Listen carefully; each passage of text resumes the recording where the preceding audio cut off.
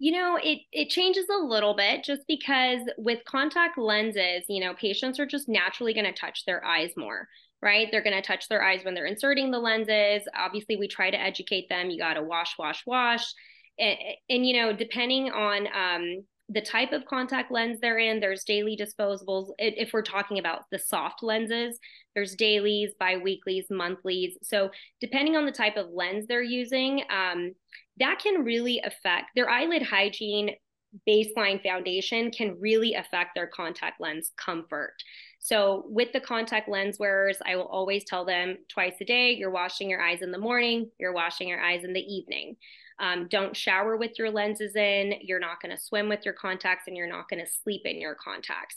So that also avoids, those microbes kind of getting onto the ocular surface and onto the contact lens. So for those patients, it's really important to do a kind of twice a day lid hygiene protocol.